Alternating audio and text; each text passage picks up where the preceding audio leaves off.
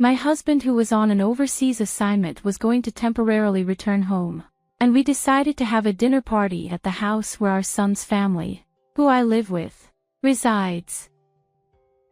We were having a pleasant conversation in a friendly atmosphere when our grandson, Daniel, suddenly changed the situation with a single remark. Today isn't Grandma's punishment day, so you can eat, right? Despite my best efforts to keep it together, I couldn't believe it was all ruined by a single word from my grandson. I was stunned and could only look down in silence. My son and his wife tried to cover it up in a panic, but the more they talked, the more Daniel revealed the truth. In her fluster, Kyla finally snapped. Enough. Just be quiet for a bit. She yelled at Daniel, making him cry. Then, Don't just yell at a child. Nelson's raised voice turned the dinner party atmosphere tense in an instant. Amid the silence of the living room, broken only by Daniel's sobbing, Nelson demanded an explanation from Caden. All the while, I was hugging Daniel, comforting him. In my arms, Daniel said, I'm sorry, Grandma. Will you get scolded again because of me? He was worried for me. What should I do now? I could only stay silent, holding Daniel tightly. I am Elizabeth Pratt, a housewife in my 60s. Nelson and I fell in love while working at the same company, so it was really tough until we decided to get married and I quit my job. In those days, without phones, it wasn't easy to exchange contact information, and there was a general attitude of keeping workplace romances secret. So, until we got engaged, I was always on edge, worried that my boss might find out. Even after our engagement, we struggled with seating arrangements and speeches for the wedding, to the point where I didn't know who the wedding was for anymore. Moreover, any slip-up could lead to Nelson, who stayed with the company, being subject to snide remarks later, so we couldn't afford to relax. However, thanks to those struggles, we are now bound by a strong bond. I realized this especially when Nelson's overseas assignment was decided, leading to us living apart. 3 months before his departure. I think I can come back within 3 years, but I'm worried. Why don't you come with me? I appreciate the thought, but at my age, moving overseas is too much. Unlike you, I can only speak English. Nelson was always worried about leaving me alone in America. Besides, if anything happens, Caden and his family are here, and we can always talk on the phone, so don't worry too much. Yeah, you're right. Caden is our only son.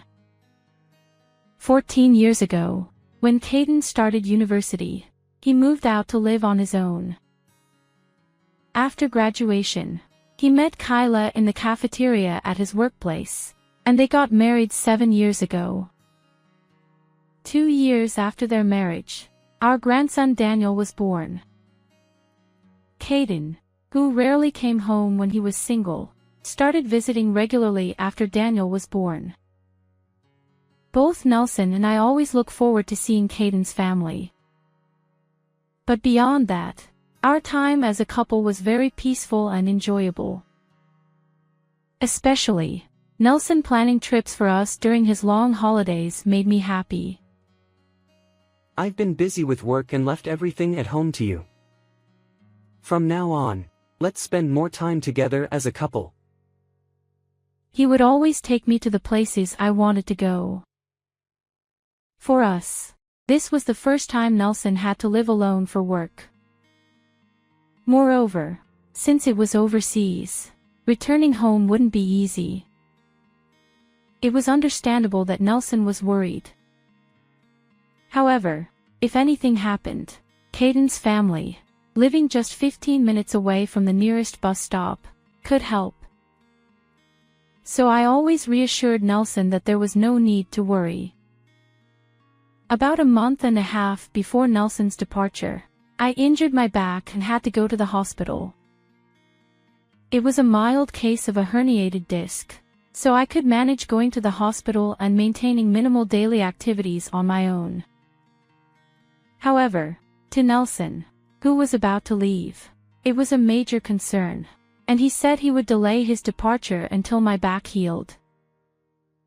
I appreciate the thought, but it's not something that should delay your work.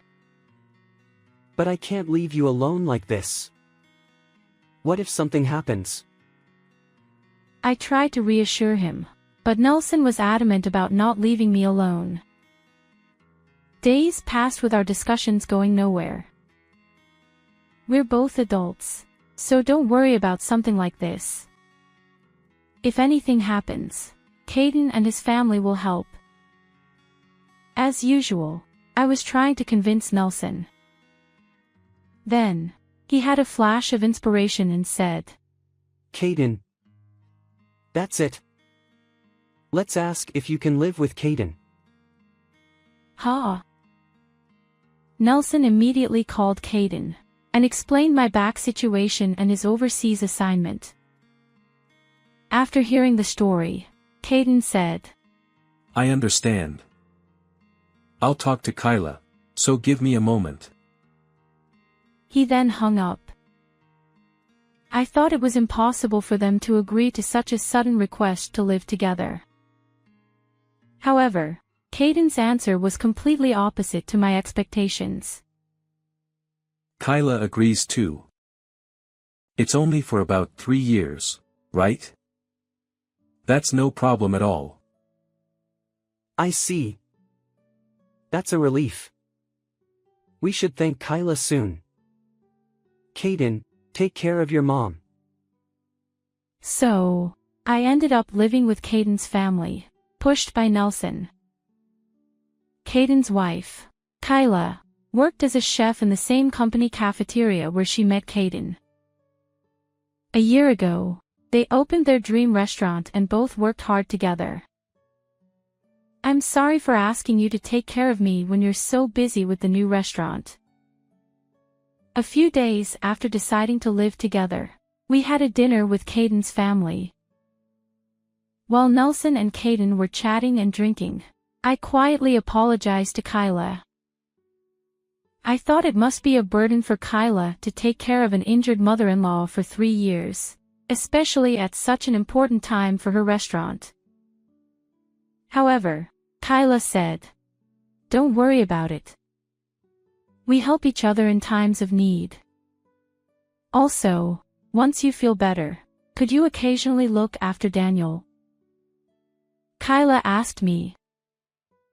He's in daycare, but he's always alone from evening to night. Seeing Kyla's apologetic expression, I understood why she agreed to live together.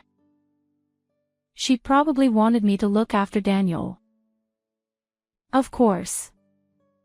If there's anything else I can do, don't hesitate to ask. I replied with a smile, and Kyla also smiled, relieved. I was truly relieved that I wasn't just a burden. Living with Caden's family was more peaceful and comfortable than I had expected. Not only did they accept me willingly, but they also provided me with a room of my own since they had an unused one. Wanting to be of help to Caden's family, I started doing the laundry, washing dishes, and picking up Daniel from daycare. I also began cooking dinner in place of Kyla, who often worked late due to preparations for the next day. Caden and Kyla always expressed their gratitude, and I could spend all my time with my adorable grandson. Although this cohabitation started on Nelson's sudden whim, I was truly happy and spent each day grateful to my husband and son. However, this happy time did not last long. The trigger was an innocent comment Daniel made during dinner. I like Grandma's food better than Mom's. Oh dear. Thank you. There was no way my simple home cooking could surpass a professional chef. But to Daniel, who had parents running a healthy restaurant, my American-style cooking might have seemed delicious. Additionally, Daniel proudly mentioned that he could eat vegetables he usually disliked if I cooked them. I praised Daniel, telling him he was amazing. To be honest, Daniel's likes and dislikes were very similar to Caden's when he was a child. So, I just made the dishes that Caden liked, and by coincidence, Daniel ate them too. However, this seemed to have struck a nerve with Kyla. If you like Grandma's cooking so much, why don't you have her cook for you every day from now on? Kyla's expression was calm, but her tone clearly indicated she was angry. Both Caden and I sensed that saying anything unnecessary would be unwise and continued eating in silence.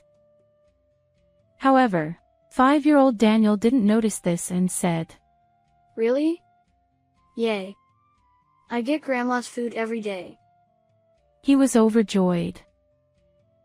Seeing Daniel's reaction only made Kyla's mood worse. Since then, I started preparing all meals for Caden's family.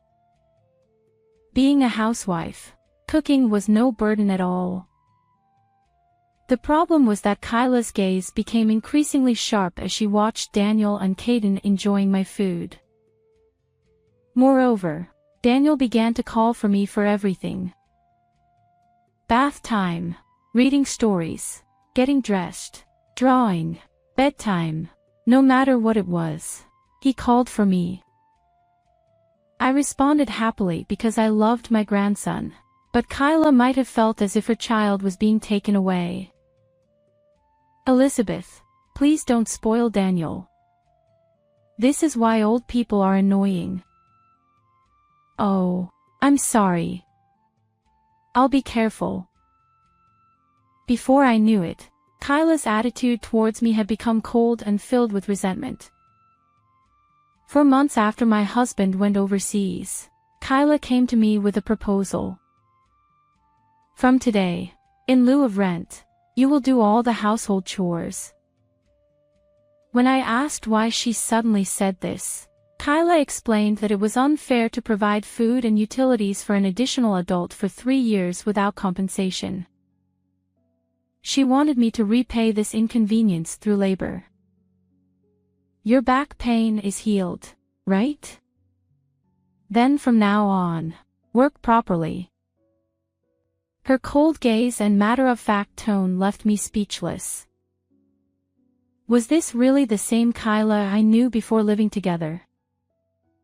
Though I was terrified by how much she had changed, I decided to comply silently. After all, she had a point.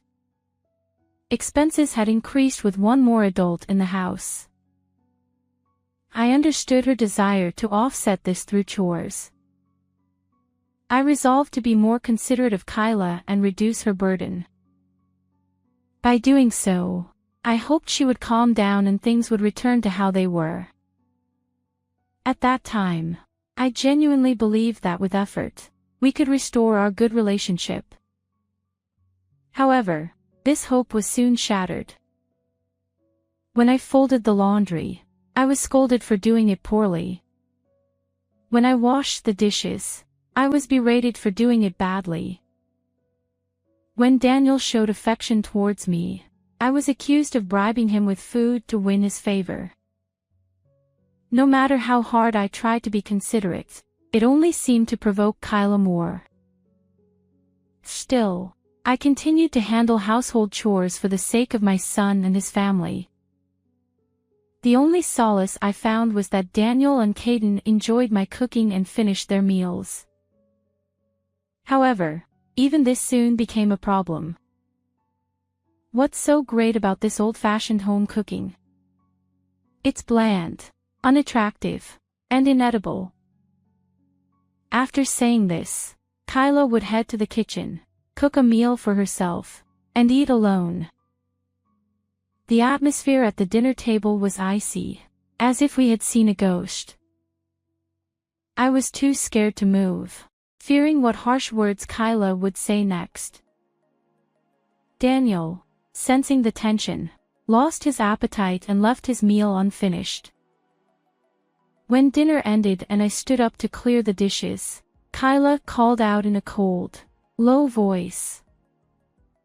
"Elizabeth, sit down for a moment." Dreading the reprimand, I sat back down and cautiously looked at Kyla's face, which was more hostile than ever. "I'm a professional. When I cook, it incurs a cost. Do you understand?" "Yes, I understand." I forced out a response. "Since you made me cook outside of work, you need to be punished." The word punished sent a chill down my spine. What more could she do when I was already feeling so broken? With my fingers growing cold and clammy with sweat, I waited for her words. Kyla twisted her mouth into a sneer and said, "No food for you tomorrow," before leaving the living room. I was momentarily stunned by the lack of insults or verbal abuse. Is this really all? I had never experienced such a light punishment, which made it all the more frightening. The next day, when I actually went without food, I quickly understood the severity of this punishment. Even when I felt faint with hunger, I wasn't allowed to rest from household chores. Moreover, I still had to prepare meals for Caden's family, my stomach constantly rumbling. Running errands became a battle against fainting from hunger. I began to think that enduring her insults at home was far better than this. Such punishment occurred 3 times a week. Caden, who could have been my only ally, was too busy appeasing Kyla to be of any help. In fact, he had recently started joining Kyla in berating and exploiting me. The only consolation I had was my grandson Daniel, but even that was restricted since Kyla would scold him if she saw him being kind to me. I had to limit my interactions with Daniel to the bare minimum. The room that was meant for me had turned into a storage space, leaving no place to stretch out and sleep. I had become less than a burden. I often thought of returning to my home to escape this treatment. But the thought of my husband worrying about me overseas kept me from acting on it. At most, it would be 3 years. If I could endure, everything would be fine. Living in constant fear of Kyla's anger, I continued my hollow existence. A little over a year after my husband went overseas, one day he called. "Hi, Caden. It's sudden, but I'll be back next week for a short visit. How about we all go out for dinner?" Next week? That's too sudden. How about we have dinner at our place instead? "Sure, that sounds good. By the way, how's Mom? Every time I call, I'm told she's busy with Daniel, so we hardly talk." Yeah, she's fine. We'll see you next week then. Caden ended the call abruptly. At dinner, he shared the news with Kyla and me. Kyla looked visibly annoyed, but I was secretly overjoyed. Since my husband went overseas, he had only called a few times in the early months. I thought he was too busy to call, but I had been very lonely. On top of that, Kyla forbade me from calling him, so I could only wait for his calls. I worried about whether he had any injuries or illnesses, or if he was overworked. Next week, I could finally confirm these worries. I felt a surge of life returns to me. However, seeing my excitement, Kyla became furious. "What's with that happy face? Are you implying I'm the bad guy here?" "What?" No, I never said that. Shut up. Don't talk back. You're being punished again today. Confused and upset, I was denied food once again. For the week leading up to my husband's visit, on top of household chores, I was forced to help with the restaurant's preparations and distribute heavy flyers. Don't come back until you've handed out all the flyers. She would kick me out of the house.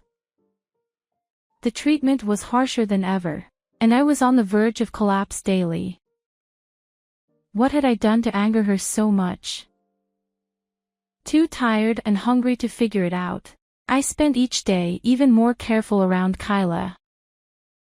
Finally, the day of the meal with my husband arrived. I prepared his favorite dishes and waited for him at the entrance. Elizabeth. I missed you. You've lost weight and look pale. That's not true. You look exhausted too. His sharp observation made me nervous. The past week had been so punishing that I was truly on the brink of collapse. But I tried to hide my poor condition so as not to worry him. Still, my husband's concern deepened as he continued questioning. I've been calling regularly, but you never answer. Has something happened here? What? Regularly? Since when? Since I went overseas, I've called twice a month. I was always told you were busy with Daniel. I had no idea he had been calling so frequently.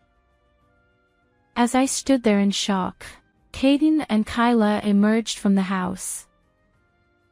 They greeted my husband with smiles and led him to the living room. Daniel, waiting there, excitedly ran to my husband, who was delighted to see his grandson after more than a year. This heartwarming scene made me momentarily forget our conversation at the entrance. Soon, Kyla announced the start of the meal. As everyone took their seats around the table, enjoying the cheerful atmosphere, I found myself standing alone a little distance away, out of habit. Noticing this, Kyra called out to me in a flustered tone. Elizabeth, what are you doing? Please sit down quickly. Startled, I hurried to sit down. My husband watched this scene with a curious expression. If I make another mistake, I might suffer more severe punishment later. With that thought in mind, I decided to focus on assisting my husband by serving food and drinks. Thanks to this, the meal continued peacefully without any further incidents. Just as I began to feel relieved, Daniel, my grandson, remembered something and spoke up.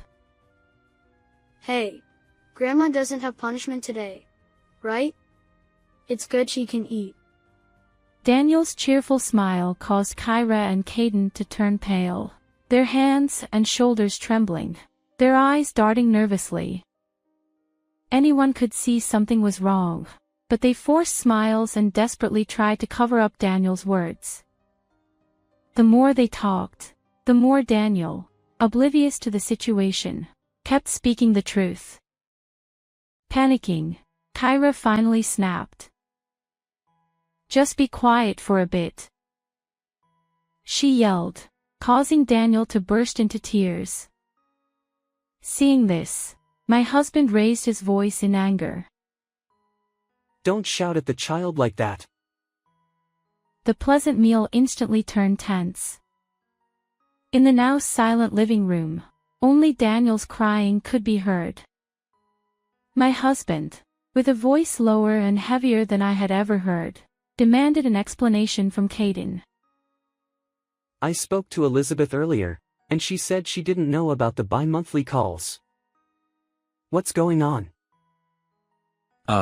Well, that is. I mean. Facing his father's stern demeanor for the first time, Caden was visibly shaken. My husband's persistent questioning led Caden to confess everything about their treatment of me. Throughout this, I held and comforted Daniel. Despite fearing more scolding from Kyra later, I couldn't leave my sobbing grandson. Sorry, Grandma. Will you get scolded because of me? I gently stroked Daniel's head. Don't worry. Daniel, you did nothing wrong. I reassured him as best as I could. After about 10 minutes of questioning, my husband, overwhelmed with disappointment, buried his head in his hands.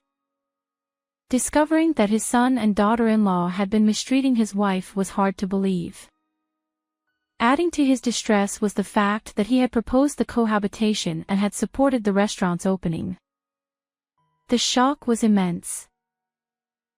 I trusted you both, which is why I supported Elizabeth living with you and helped with the restaurant funds. What were you thinking? After pondering for a while, my husband suggested ending the cohabitation.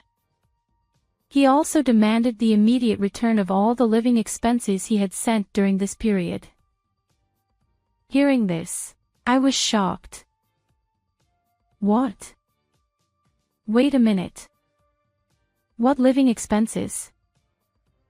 You didn't know about that either.